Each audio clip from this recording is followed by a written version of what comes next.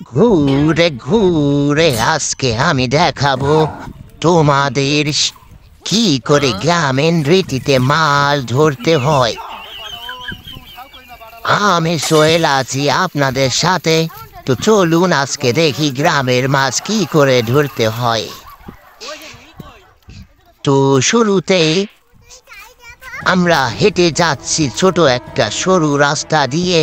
রাস্তার দুপাশে অনেক লোক ভিড়ভাট্টা করে দাঁড়িয়ে আছে। এখান থেকে মাছ ধরা হবে বলে অনেক লোক এইখানে এসে ভিড় জমায়েছে।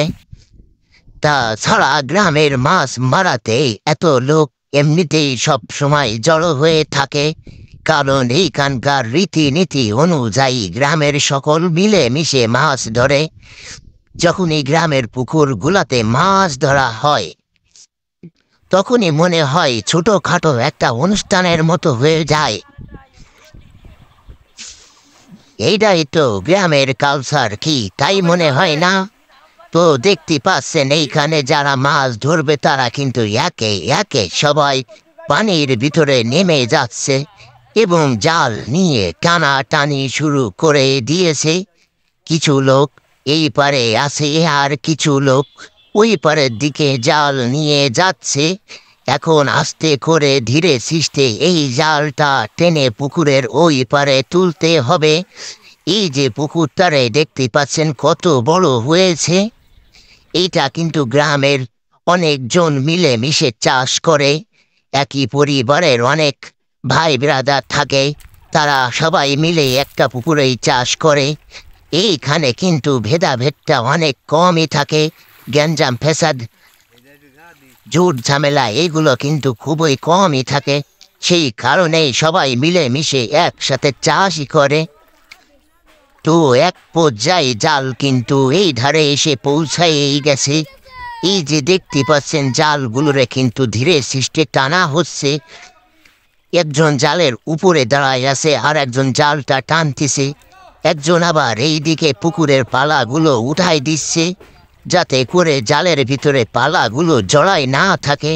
সেই কারণেই পালাগুলো উঠায়ে উপরে ফালাই দেওয়া হচ্ছে। যদি কিনা না হয় তাইলে তো জাল জড়াই তখন আবার অন্যরকম ঝামেলা পড়তে হয়। এপাশেও টান ওপাশেও টান, টানরে টান হাইরে টান দেড়ে টান জোরে টান, টানতে টানতে এক পর্যায়ে জাল কিন্তু প্রায় টানায় শেষ হয়ে গেছে। কিছু পোলা পান এখন জালের ভিতরে আছে, তারা অনেক আনন্দে এবং খোশ মিজাজেই আছে। কিছু মাছ লাভ দিয়ে আবার পুকুরেও চলে যাচ্ছে। এপাশে আবার কিছু একটা বেঁধেও গেছে। একজন অলরেডি পানিতে লাভও দিয়ে পড়ছে। আবার পুনরায় ওই মাছগুলোকে ঝেড়ে জালের মাঝখানে নিয়ে আসতে হবে। যদি কিনা তা না হয় তাইলে তো মাছগুলোই আর ধরাই হয় না। এই যে দেখুন আস্তে ধীরে সৃষ্টি জালটা ঝেড়ে ফেলা হচ্ছে। তারপরেতে দেখুন সবাই মিলে মিশে একসাথে কতগুলো মাছ নিয়ে এসেছে ধরে। এই যে দেখুন অনেক মাছ এইখানেতে আছে। সবাই মিলে আনন্দের সাথে মাছগুলো নিয়েছে যে ধরে। একজন আবার একটি মাছ উঁচু করে দেখাচ্ছে। আরো কিছু মাছ এখনো ধরা হবে পুকুর থেকে, সেই মাছগুলোকে আবার ভাগাভাগি করে নেওয়া হবে। এটা কিন্তু একটা অন্যরকম মজা যে দর্শক শ্রোতা কিন্তু অনেকেই এসে হাজির হয়ে গেছে পুকুর পাড়ে। এদেরই কিন্তু পুকুর, এদেরই কিন্তু ভাগ, এরাই কিন্তু মিলেমিশে করে চাষ। এখানে অনেকগুলো মাছ পড়েছে ধরা, সেই মাছগুলো নিয়ে হচ্ছে তাড়াহুড়া। আর কেউ না কেউ তো নিবেই মাছ, এটাই তো গ্রামের রেওয়াজ রীতি। আজ অনেক মানুষ আবার হুমড়ি খেয়ে পড়ে আছে মাছের দিকে, কখন যে মাছগুলো উঠবে ডাঙাতে, সেই মাছগুলোতে রান্না হবে, সবাই মিলে মিশে খাবে। আজকে দেখুন কত মজা করে এরা মাছ ধরতেছে। So hello everyone.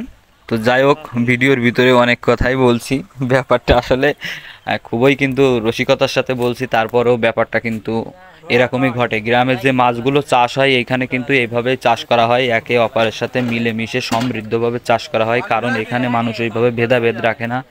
একই পরিবারের অনেক ভাই ব্রাদার থাকে, একই বাপের অনেকগুলো সন্তান থাকে, তারা মিলেমিশে এইভাবে মাছ চাষ করে এবং মাছ চাষ করার পরে সেই মাছগুলোকে ধরে ভাগাভাগি করে নিয়ে সবাই আনন্দ খুশি মতে খায়। তাই আর কি আমি এটা একটু মজার ছলে বলছি, কেউ কিছু মনে নেন না, সবাই আমার একটু ভালোবাসবেন, সাপোর্ট দিবেন। আল্লাহ হাফেজ, ভালো থাকবেন, টাটা।